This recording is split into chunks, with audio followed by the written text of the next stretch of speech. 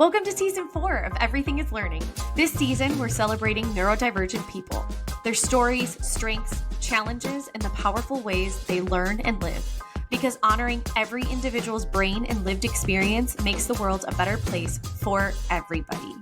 We're excited you're here. Let's dive in. Hello, and welcome back to Everything is Learning.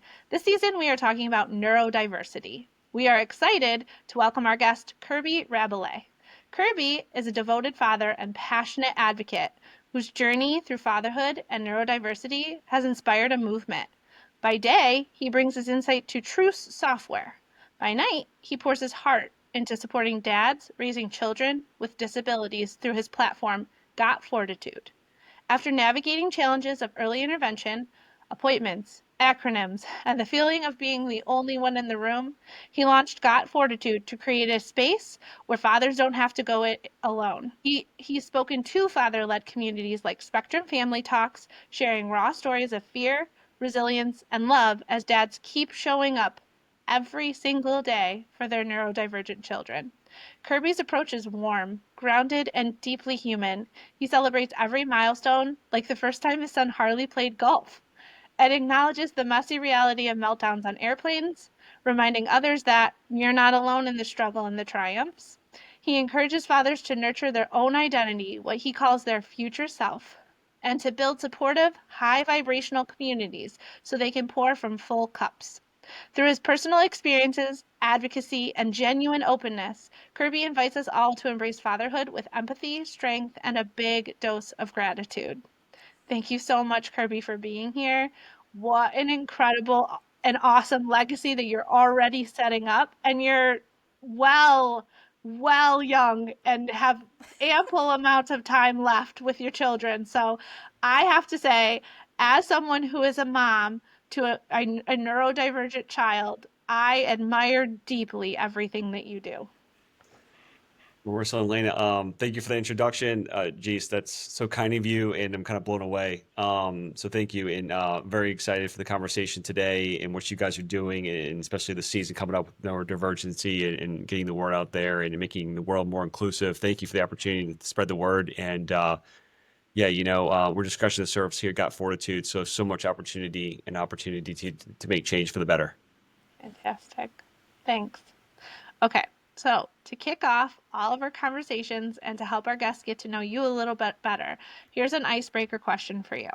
What's a song or artist that instantly lifts your mood no matter what kind of day you're having? Well, I'm going to go through kind of a genre. I have two older brothers. I grew up in the 80s. I was born in 1979. My brother's a little bit older than me. So, honestly, from the 80s, anything in the top 500 from the 80s that comes on, it's a jam for me. And let's get the party started. And that could be, whatever, Depeche Mode to Madonna to Prince, you name it, right? All that good stuff back in the day. That's like my jam. So I hear this music, just very sentimental, but also a lot of fun. And we can have a party. That's so nice. I love that. And do your kids like that genre too? My wife and I play a very diverse music stream for them.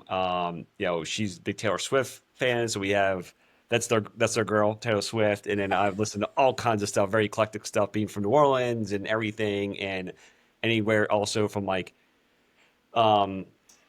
energy and like angel sounds as well, music and stuff, right? For Harley and so forth. So it's very eclectic, and it's from hip hop to all kinds of stuff. So we're very diverse as far as our music culture in our class, in our home, and I guess it's probably just coming from being raised and born in New Orleans. That's amazing. What an incredible music scene down there too. Oh, I love visiting New Orleans. For sure. What I would offer is I admire very much that you just didn't buckle like my husband and I, and we listen to simple songs on repeat. Old MacDonald, Wheels on the Bus, Itsy Bitsy Simple Spider. songs is good though. I agree. But if I have to hear the ants go marching one by one, I might march right out of that room. I tried the room. I failed to mention that. That's also part of the catalog as well. Okay. Definitely our top 5 jams for sure. Yeah. I love that. Yeah, right now we're hardcore Wheels on the Bus.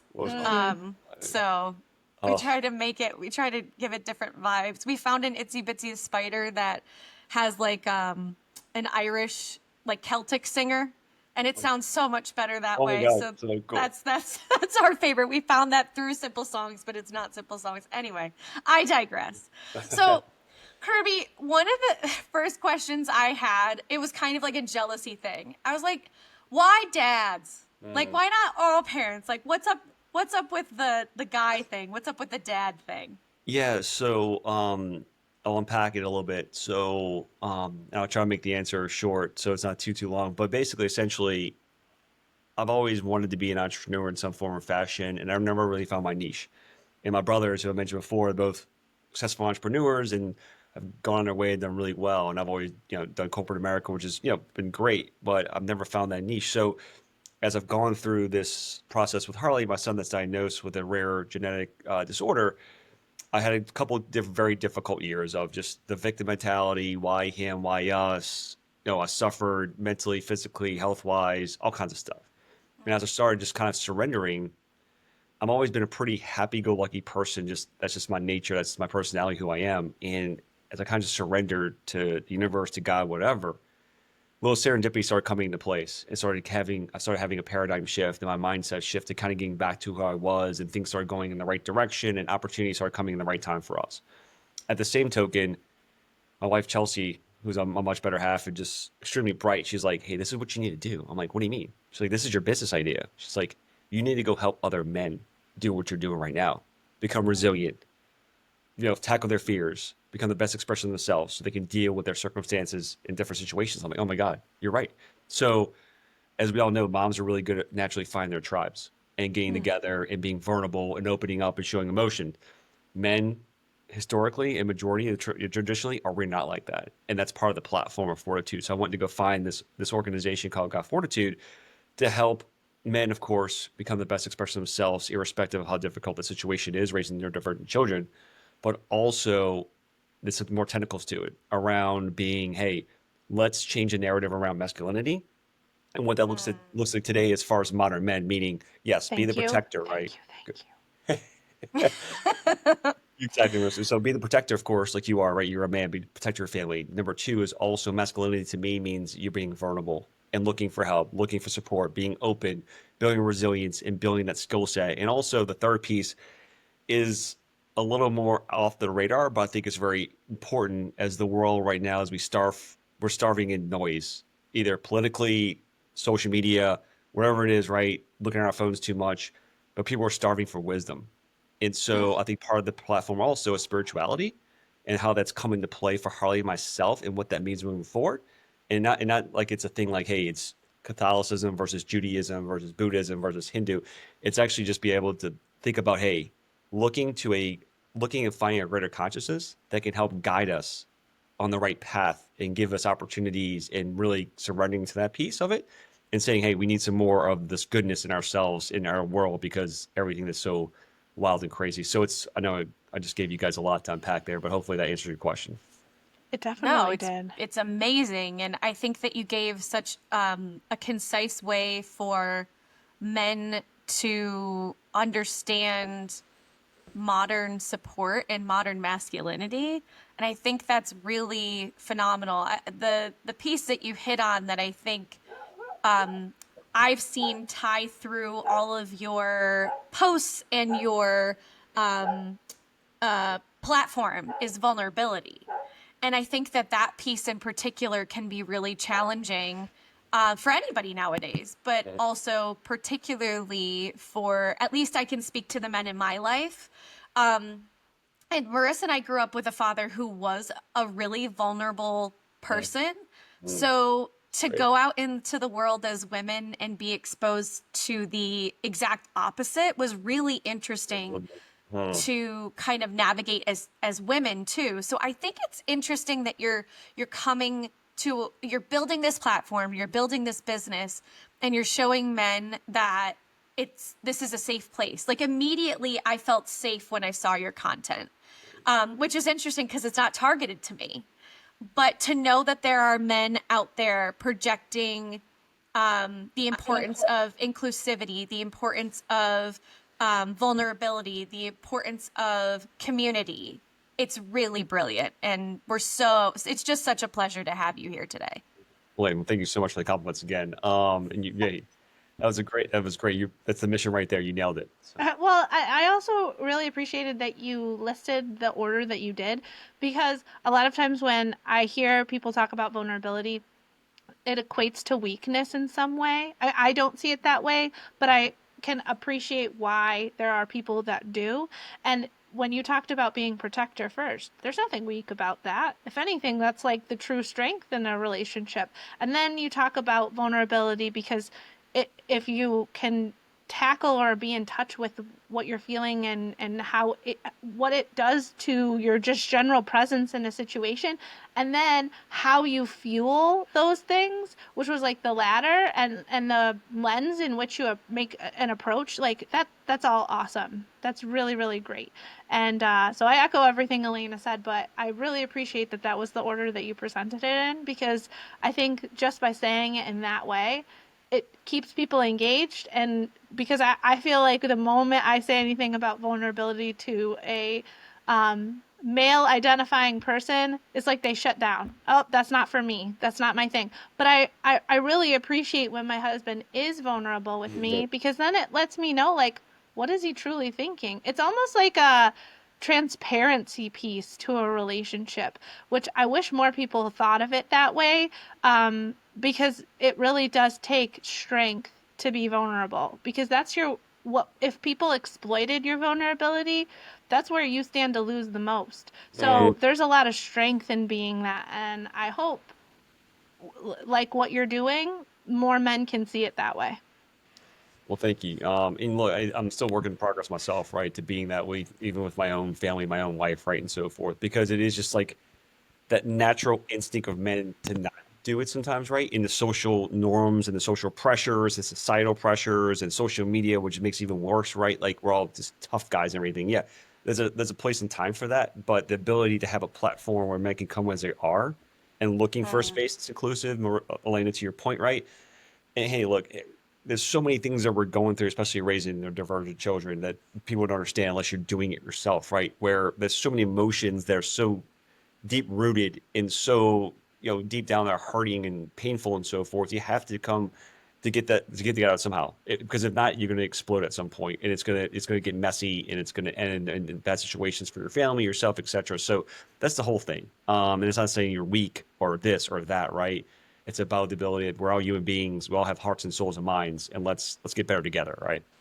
That's Yeah. lovely. I love the unlearning piece that's there Yeah. too. Is that like, here's a space where you can feel safe as a man to come to talk about life and celebrate raising neurodivergent children, and also talk about challenges, or just have a soundboard.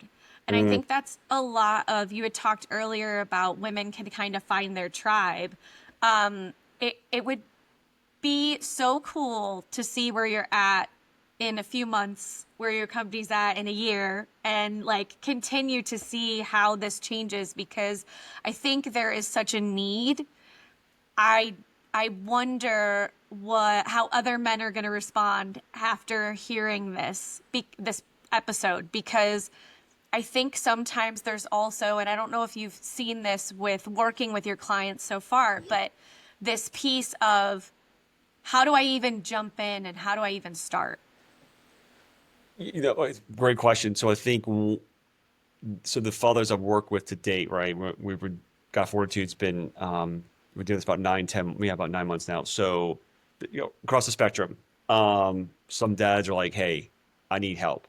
I need help today, and this is what's going on and so forth," which is great, and they're accepting the situation. They're trying to get better and so forth, and that's amazing.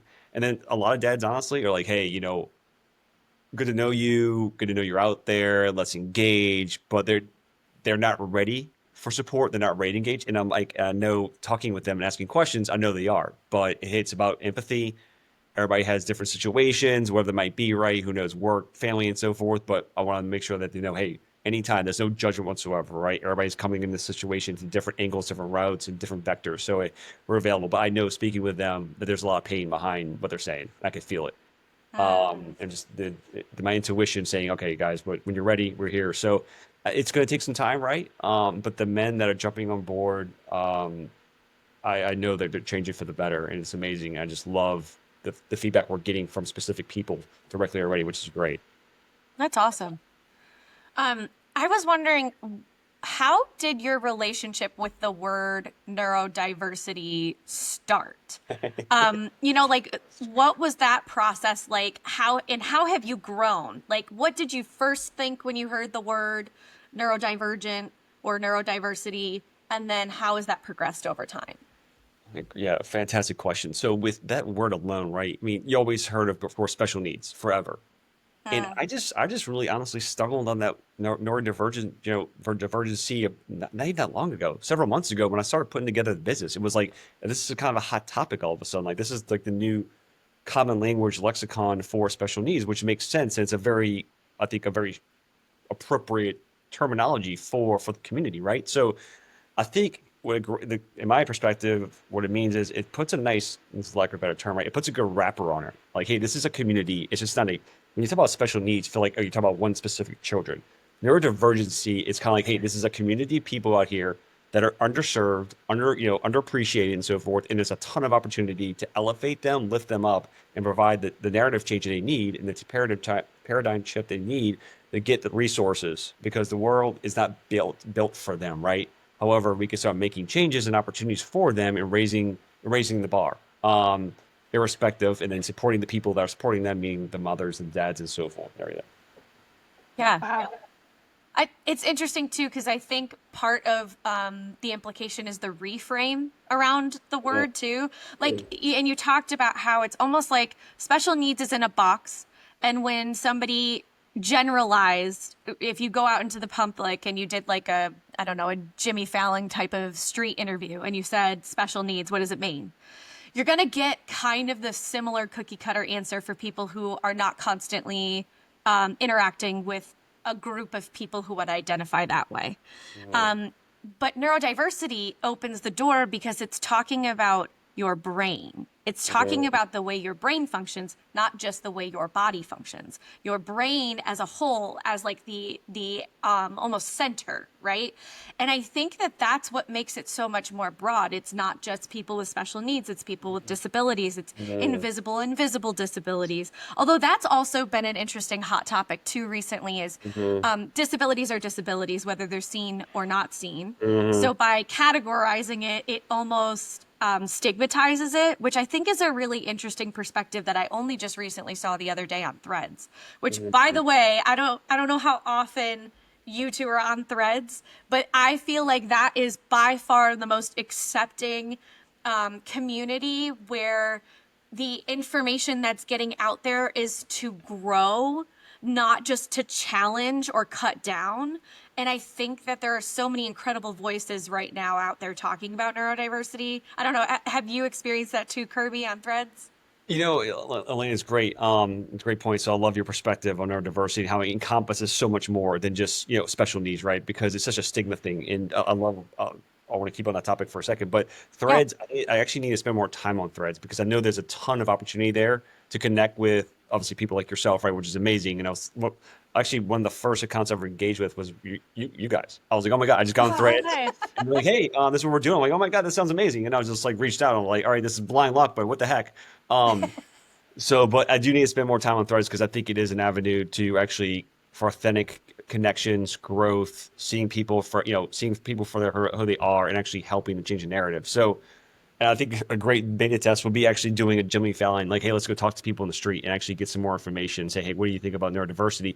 I would guarantee you, 90% of people wouldn't know what that term means, if not even more.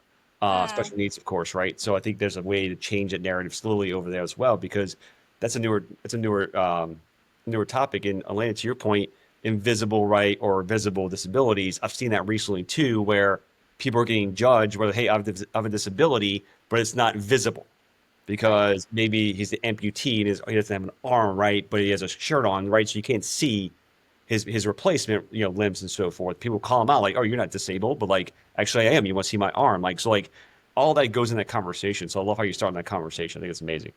Oh, thank you. Yeah, I think autism is a major one that comes up too. Sorry, Marissa, I didn't mean to No, interrupt. Go ahead. that's okay. I think something, and this will lead into my next question, but something that I really appreciate about Got Fortitude and what you're doing. So when we talk about neurodiversity, and I do want to make sure to give credit where credit is due. Like when we talk about neurodiversity, the focus should be on people who identify as neurodivergent or neurodiverse. The reality, though, is there's what I appreciate so deeply about your platform is whether or not a father is neurodivergent or not, that it's still for them because caretakers are this unspoken group of people. And as somebody who has to think about, like I make 2 meals every night because I know my son won't eat what the rest of us eat. And I can't exist on carbs and cheese alone. Right, yeah. Or French fries. My son ate French fries 6 times this weekend. Like, that is not a primary food group for me. But I Yeah. also know, like, especially with how the expensive things are getting and whatnot, um, I recognize that I would rather know that he's like fed his best, Hmm.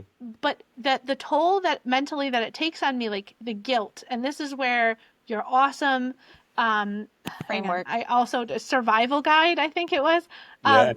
um, comes into play, which was I feel guilt a lot, like guilt of too much screen time or guilt of, prioritizing chores over time spent with a child. And in your guide, whew, I might get emotional.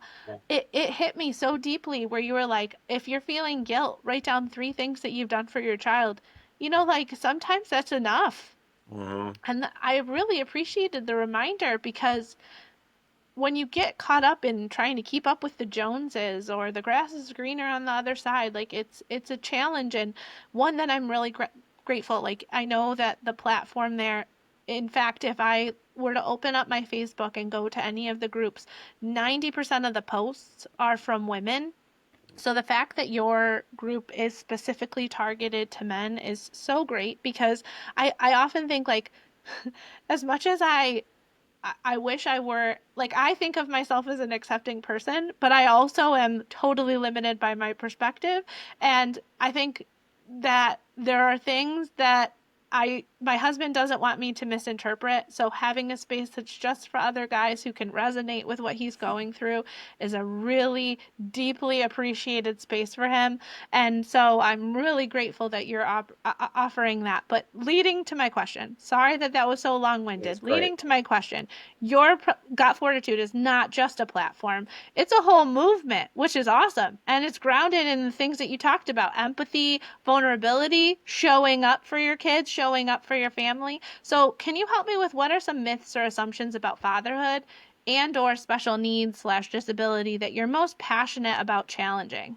Yeah, that's a great question. So I think some of that stuff, right, is just the ability. I think there's a difference between everybody's like, the thing for dads talk about like, oh, I'm present with my fathers. And one thing I'm challenging fathers today is like, yep, be there. Yes, you have to be physically there, but are you mentally? And I do this myself now. I'm challenging myself daily to make sure my stupid smartphone is out the room or this or that, and I'm not doing things because absolutely we can get stuck in how many chores we got to do. We got to do the dishes, we got to clean, you got to do this, you got a doctor's appointment, you got to go to school tomorrow for an IEP, right? So all that stuff gets in the muck and the mire. So the ability to harness technology in the best way possible, but not all the time, right? So I think that's the biggest thing is like actually presence means a lot more than just physically being there. It's mentally being there.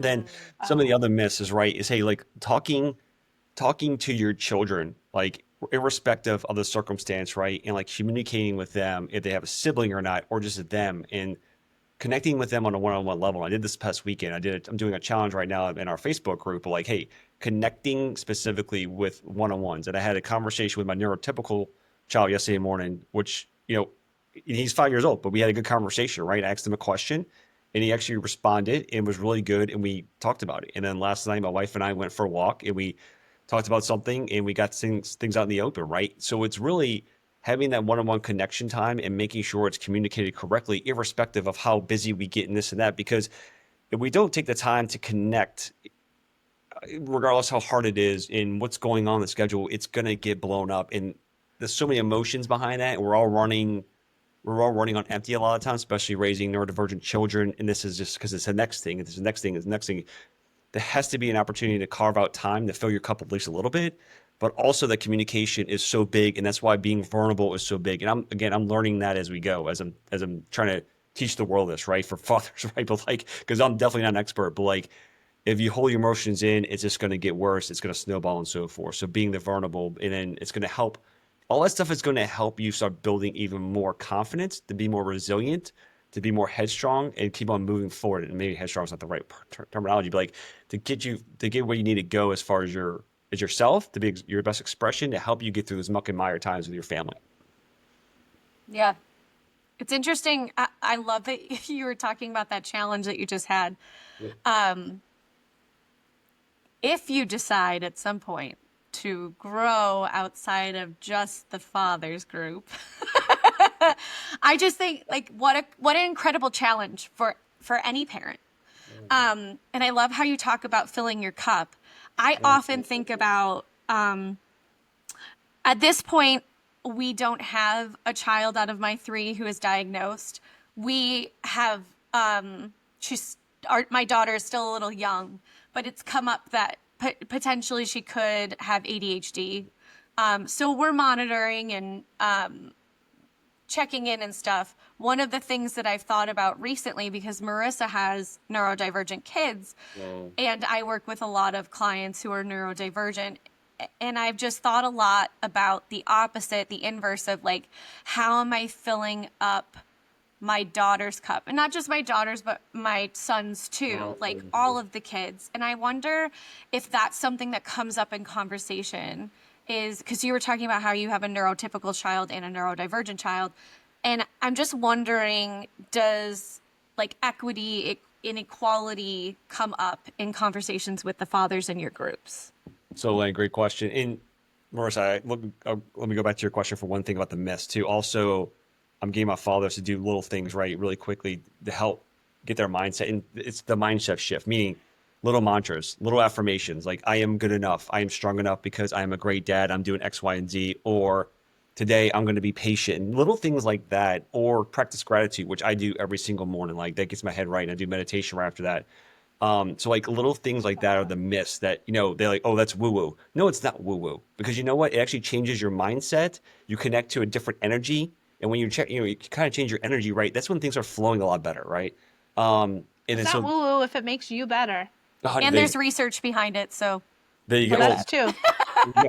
Scientific But research. like sincerely, the buy-in should be about yourself. And if it makes you better, what do you care what anyone else calls it? And I only say this from a place of, as an adult, I no longer care what Karen, Brad, Right. Yeah. Charles, Uh-huh. I don't care what they think. Like, let them. Okay. It's what makes me better. It's okay that it doesn't work for you, but you should try it. Hard to get there, though. That's hard to get there. Oh yeah, and as a child, I definitely wasn't like that. I was like, okay, let me. Oh, if this isn't cool, I'm not doing that thing. And let me tell you, I was an uncool child, so it didn't matter. She was. I can confirm. I thought she was cool. If I refrained or followed the cool thing, that did not make me cool. But I think I had to learn that though. And so but the fact that you are modeling it, there's immediate buy-in right there. Yeah. Like, someone else took the step to be brave and do this. It's okay for me too then. Like, I'm not alone anymore. But for me, at this point, I'm like, okay, judge away. Can't change you. Yeah, right, huh? I mean, well said, ladies. And, honestly, every morning I wake up, I do gratitude journaling for 5 to 6 minutes, and then I meditate. And I got specific meditations to get my mind right. And it's anywhere from 10 to 20, 30 minutes. And then I wake up super early to get momentum going before the day starts. And I get rocking and rolling. So whatever comes my way, I'm like, I can deal with it. And it's not for everybody, but these are some things I'm doing. Hopefully, help some followers along the way, right? Nice. Yeah. And Elaine, sorry, you asked a question, Elaine. I'm sorry. I mean, No, it was about. I know that you talked about filling up like a dad filling up his cup, and right. I know for me, one of the things that I've been trying to figure out is making sure that all of my kids are getting exactly what they need, and understanding as a parent I used to hate when my mom used to say, I love you all the same, but I love you all differently. And now I'm like, okay, fine. That was really wise and obnoxious, but fine. But I'm trying to figure that out. And I'm just wondering if that's something that comes up in your groups. Like, how are we as parents also making time to fill up our children's cups too, even though their cups are different? Right. Yeah. So I got some content on it. I've wrote about it a few different times. It's extremely important topic and people ask about it a lot. So what we've done, we've we communicate. Harley is nonverbal, but I know he interprets a lot of stuff we say, as well as our neurotypical child, understands, of course, everything. So we've gone a couple of years ago, started to saying, hey, Porter, Harley is going to grow up a little differently, right? He's going to have his own uniquenesses, his own strengths, his own greatness is going to come of it, but he's going to play and grow up and, interpret things a little bit differently. And we talked to Harley about the differences with Porter. And we do try to do every weekend is spend one-on-one time with each of them. So they have the ability, we are a very close-knit family. We're together all the time, which is amazing. I wouldn't have any other way. Um, but we also want to spend individual time with them. This past weekend we did that, which is great. And also tell them, something all the time. And I want that ingrained in their subconscious. And Porter's like, Dad, quit telling me. But I'm like, almost every single day, I'm like, hey, you guys are best friends. You guys are destined for incredible things, and you can change the world in your own way. And never let anybody tell you differently. And just know how much your parents and your family love you, and you guys are leaders and not followers. And I tell that almost every single day because I'm like, I want that in the subconscious because nobody ever told me that, and not to get it on my parents, whatever. But like that is, I think it's so important to help rewire their brains for the best, irrespective, because Porter's going to grow up, right, in a neurodivergent home. And obviously, Marissa, your children, right? I mean, so those little things you can do to help fill them cups, to give them the confidence, give them the courageousness to go out and still have extraordinary lives, irrespective of, where there might be challenges are. Yeah. If you haven't yet, you should go on Canva, make what you just said a post, and pin it to your social media. Because Take the note right now. honestly, I want to use that for my kids because it really Please. is brilliant. And one of the things as a teacher that I always used to tell every child in my class was that everybody's brain is beautiful, everybody's brain is different, so everyone's path is going to be exceptional.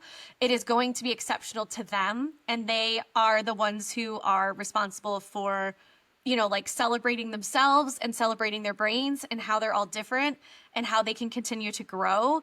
And I think that message is also something that you can see in your content, which I so appreciate, is like, yes, there are identifiers that society tells us, there are boxes, but the reality is everybody's brain is different and everyone has something to offer and everyone has something to give.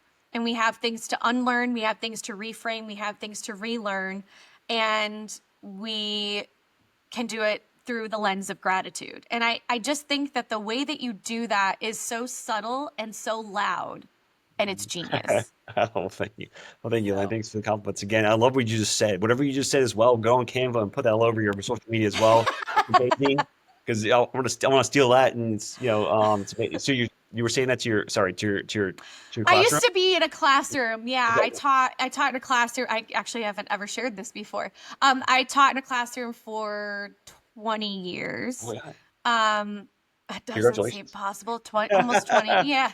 And then I decided the pandemic happened. I was working remotely, and then was going to start my doctorate, and then had twins, and they were really, really small, and it was during the pandemic. And I decided to start kind of my own executive functioning and academic coaching and Oh, advocacy business. And right. Love it. um, then it eventually kind of led to this podcast, and we've just kind of taken it from there. So, yeah.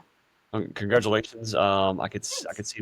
see the doctrine all over you, so that's amazing. And I love what you just said. So I wish I could repeat it myself. That's amazing. And you go Thanks. copyright that or something. All right, trademark that. It's extraordinary in life when you're told that you can't pivot and you do, and it leads to something really great that you could never even imagine. And I love that. And it's cool to see that you've kind of done the same exact thing. And I think Marissa's talked about it too. Like representation is so important. Um, Yes. And I just Absolutely. think the way that you do it is class act. It's a master class on it. So I love learning from you. I think that's so great. And I guess one of the things that Marissa kind of had talked about before too, and we're on the topic of children. So as parents, we experience exhaustion. And as children, What are you talking about? I'm so rejuvenated. are you rejuvenated from your this is 2-hour peak night's sleep energy. last night? Yeah, peak energy on my first cup of coffee. Thanks. I was speaking for myself. I am exhausted. We just came back Yeah, from a no. family vacation. Oh, Marissa, yes. our whole family went away and exhausted, and now my youngest is also sick. So that deep exhaustion thing as a parent is interesting. Sorry, same thing But happened this last week. It's crazy. oh, did it? We went on vacation for 4th of July. We came back, both boys were sick. I'm like, what the heck? So where'd you go? I have to ask, where'd you go? Did you go anywhere fun, hopefully, or was it? Oh, yeah, we did. We went to go see family. Very long story short, my parents turned 75 this year. They're born a day apart. Oh my My God. mom's older sister turned 80. Her younger sister turned 70. So we had a huge family reunion / birthday celebration. Amazing. That was great. And In we went to Connecticut. Connecticut. That's where Yeah. my mom is originally from. Okay. Amazing. So, yeah, it was wonderful and it was fun. But traveling with young kids, Not for the faint of heart. and Could you see sleeping that on in my a face, foreign Kirby? place. That would happen. Yeah, I right? can see. Oh my God. Yeah, most of your eyes got big. I was like, I feel you on that. Oh yeah. But I So mean, that- you have to expose them to it because, you have to do the hard thing now so it's easy later. Because if you never do it, then it will be hard. You're just putting off the inevitable. It's yeah. Oh, then you're gonna be This liberated. was this was the single hardest weekend of parenthood with my all God. 3 kids that I've had, but the party was worth it. So Right. going back to that deep exhaustion thing, Yeah. you've talked before about like meltdowns on airplanes, which we have not done yet, and Marissa has not done that because of the fear of that. Sure. And tough therapy days, and you've talked about meditation that grounds you. I'm sure community grounds you too. We talk a lot about the importance of community, but how do you teach others how to ground themselves, and teach resilience for fathers too? Yeah. Because a lot of people also don't talk about not just the exhaustion, overstimulation. There should be a book written simply on overstimulation for parents. Yeah.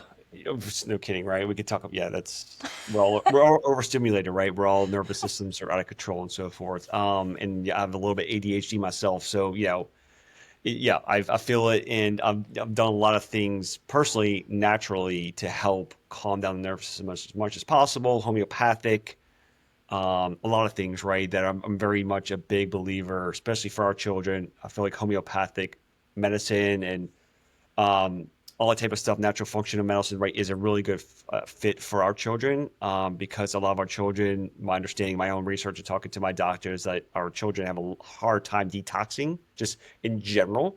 So there's a lot of more, chemicals and things in their system because of their diagnoses and their ailments and so forth, the disabilities that cause things to get blocked up. So we've done things with Harley specifically from the homeopathic perspective. I think that's opened up some pathogens, some ways to help him develop and so forth, which would be great. So sorry, I didn't mean to go on a side tangent there, but I think for your question, Elaine, which is great, build up resiliency, right, and fill their cup and so forth. It all starts small, right? When I meet with fathers and talk to them one-on-one, it can't be let's boil the ocean, right? Because they're coming in from a whole different perspective than I am, right? And it could be anywhere from catastrophic to, hey, we just got a diagnosis. So it's like, all right, what can we do on a weekly or every other weekly basis to chip away at that and start building momentum? So it's exactly. So it's a ripple effect, right? So how you do anything is how you do everything, right? So is that making sure you honestly have 10 minutes with your wife every single day over a cup of coffee? Is that going out and just doing a walk by yourself to get your mind right and start talking to yourself from the mantra perspective or the affirmation perspective, like I am a good dad. Today is going to be a good day, irrespective of the shitstorm that's to happen in my house, whatever, like, like all those type of things. Do you have to go work out today? Like, what is your, like, how can we help build the baseline, right? So everything around you doesn't just totally smother you, and just Yeah. doesn't overwhelm you and so forth. So I'm a big believer in, like, I don't want to say like you have to wake up my time and so forth, but like morning routine and creating momentum in the morning and telling yourself the good things and getting yourself your mind right and so forth to take on all the avenues and the avalanches that can come, the explosions and so forth, or whatever it might be. So it's chipping away. Big meditation has done me so much goodness, and I don't want to preach on it, but like I call it my mental sanctuary because the days I don't do meditation, I'm like, I'm gonna lose my mind today. Like, like am I just going off the radar here? Like, but I just get this, that time to get my mind right and get settled and get happy. And then if I could work out too, wherever the things are, right, to get away. But I think it's all the above. So it's the mantras, it's connecting to a greater consciousness, it's the meditation I use for that, working out, taking a walk, right? Whatever, 10 minutes too. Like, I'm not saying like, hey guys, we have to carve out so much minute, so much time, but just little things to build momentum to start finding your own clarity. And I want fathers at the end of the day to really answer your question, Lee, sorry, is to find their own clarity and what that will lead them to is we can reverse engineer all the stuff they need to get there by saying, hey, this is my goal, this is where I want to go, this is my purpose, I want to be Kirby in 2-3 months. And let's start there and we could plant the seeds and let that grow as we go over the next few weeks to get there. So is that I want to be the best father for my 3 children and my wife and my work, wherever. And like what's going on right now, let's unpack it. Let's get into the minutia. Let's get into the bad stuff, the good stuff, and let's kind of break it apart. And what clarities for you and me is different, right? So, but that's really the end part. We can use a lot of different things. I use my own experience by doing that. Like this is what I've done. I use my heart, soul, and mind. And I've kind of used my templates for other fathers. And then also I really have actually, I use a couple other big time business coaches that I love. They're like the 1 or 2 top business coaches in the world, supposedly, according to USA Today, a guy named Ed Milet and Brendon Burchard, who are just masterminds at business and, performance coaching. So I kind of weave in some of their stuff as well to help people really elevate their game, if you will, at the end of the day and find that clarity. That's awesome. It's cool too, though. It sounds like you personalize the experience, Oh, absolutely. which I think is the most important selling point to anything that people are going to buy into nowadays. If it's not personalized, it's not worth it. If it's customized, that's not enough. It needs to be personalized. And the fact that you do that for fathers, I think is brilliant. What are you noticing that is the biggest, like 3 of the biggest challenges for fathers that you're hearing kind of repetitively? Because I want to know this too, from like, how can I support my brother-in-law? How can I support other parents in kind of their journey too? Yeah, the biggest one is fear of what's going to happen to my children when I'm gone. That is the biggest resounding fear. And which, Marissa hey, talks about that one all the resonate with that. time. Yeah. it, exactly right. Harley's situation. I don't know if he's going to live independently or by whatever it might be, right? So yeah, it's the biggest resounding fear, and I get it. And I think I recommend to anyone that are raising neurodivergent children is to get their finances squared away, meaning special needs trust as soon as possible.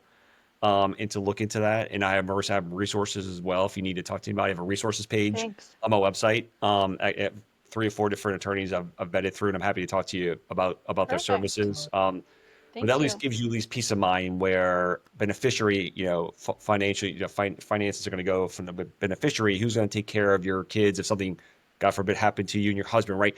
All that type of stuff. So at least you have that documented in paper. And of course, every state's different. Of course, New York's versus different in Illinois and vice versa. But to really sit down with an expert and figure that out will at least give you and your husband some peace of mind to know, hey, financially, that's part of it. That's done. Something happens to us, they'll go to to Elena and so forth, right? Where it might be. So that'll be helpful. Number 2 is just accepting that, hey, this is, like a better term, this is shit sandwich sometimes, right? It is. It is. Unfortunately, it is. God bless our children, but it's tough as heck. But accepting it and just getting in the minutia and figuring it out, right? That is like where I see some men like gravitating both, and like they don't want to get too far in it because it hurts so much and so much pain and so forth, suffering, but just getting in there and figuring out versus having the mother kind of do everything around it, right? So I see a lot of fathers stuck between both, and then three, fathers like, hey, I got some serious problems, X, Y, and Z is happening to my family or whatever. Like, I need some support. Help me out. Like, what's next? Like, what can we do? What can we start meeting and so forth? So it's a really I know a very long-winded answer to your questions, but it's unique to every single person. But the number one is definitely what happens when I'm gone. Yeah. I wish That's everybody could have an answer to that question. And, we do what we can to raise the best versions of the kids that they can be independent. But it's like, I wonder how, it's not ever a question that I ever asked my parents about what do they worry about this. And now that we're adults, but that does really resonate. So thank you. Um, I also want to make sure that I get this question answered because given all of your insight and the people that you work with, I am curious to know if you could redesign one system, education, healthcare, work, or community to better support the full spectrum of how brains work, what would that look like? You know, yeah, and love the question. It's a loaded question. And I think it's honestly, if we could take all those interconnected entities, right? And almost start over and rebuild the foundation of that system, right? And connect them all to actually talk to one another and saying, hey, neurodivergency isn't a plague or epidemic, which some people are saying unfortunately out loud right now, but it's an opportunity. Yeah, right. It's an opportunity to actually support these people in different capacities, and it's very well underserved. And from an economic perspective, right? Like these poor people are doing the best they can, but like if we don't, it's actually worse for taxpayers because we're not supporting them. These people, neurodivergent people in the long run, right? They're just it's more of a burden overall. So people actually saw neurodivergent people as a person, as a common person. We're trying to do good for everybody, right? And reestablish those foundations to do and talk to each other, the world will be a much better place because everybody will be more empathetic, be more curious, be more understanding, and the ability to help and support. And it will make financial sense for all the people in government as well that understanding, hey, the lower percent, right? The lower percent is going below and lower, and the top percent is getting richer and richer. So eventually that's going to have a crescendo effect on everything. So you can actually easily map it to the quantitative, to the qualitative, and also just from a holistic perspective when it comes to helping out people that in need. So hopefully the answers make sense and just kind of It connecting all of that. does. Yeah. And I hear you on everything that you said about what people are talking about in the media and the burden, like it's penny wise, pound foolish, what we're doing. Penny Right. wise, pound foolish. Well said. So, Yeah. Well I said. think a lot of what people miss is we had Sienna McAllister on last season, who's Sienna Stims, and they said they coined a term neurodiversity with nuance. And I Mm. think not only nuance is necessary to identify, but also interconnectedness. Mm. And I think that those pieces are so important to bring to light when it comes to talking about neurodiversity and neurodivergence. And a lot of our conversation today, I feel like, has led to that. So thank Mm. you for that answer. I do think that the more people who can call that out too, Mm. the Mm. better, because we need um, systemic reconstruction Well said. in pretty much all of those areas. So um, yeah, I mean, I think so. One of the questions that we're going to be asking all of our guests this season is if you could change the world to make things more inclusive, what would you choose to do? I think mine's probably just simple, right? Just to, we're all human beings, right? We all have hearts, souls, and minds, as mentioned before, right? Just being more excuse me, and understanding of each other, right? Irrespective of backgrounds or race or religion or political stature, right? Like, nobody's perfect, right? We all have fears, we all have doubts, we all have issues, right? That creep in and so forth, that have limiting beliefs, and it just happens, right? Because we're all human, but just being more empathetic and understanding and like loving the fellow brother and sister, right? And just being more godlike. I mean, just and I think it would just serve us all well. And just everybody take a deep breath. Take a deep breath. Oh, I like that one a lot. Yeah, we all need to take a deep breath too. Well, we cannot thank you enough for coming on today, Kirby. It's been absolutely fantastic having you. Thank you for everything. We're excited to share your platform, all of your platforms with our listeners, and your resources too, which have been so helpful. Yes. So just to remind our listeners where they can find you. Yeah, Elena and Marissa, this is amazing. Thank you. Love what you guys are doing. And this is such a great conversation today. Yes.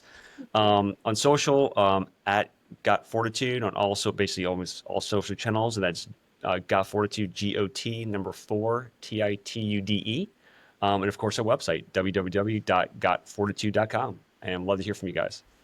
Perfect. Great. Thank you so much. And we'll make sure to include that with all of our postings of this episode as well. So thank you again for being here, Kirby. We are just constantly inspired by the way you change the world and inspire others, especially us. And to Keep our doing listeners, you. yeah.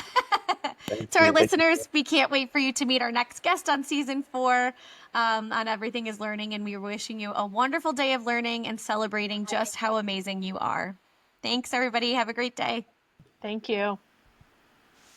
Thanks for tuning in to this episode of Everything is Learning. If you loved this episode, share it, subscribe to hear more awesome content, and let's keep the conversation going. Stay curious and keep learning. We'll catch you next time.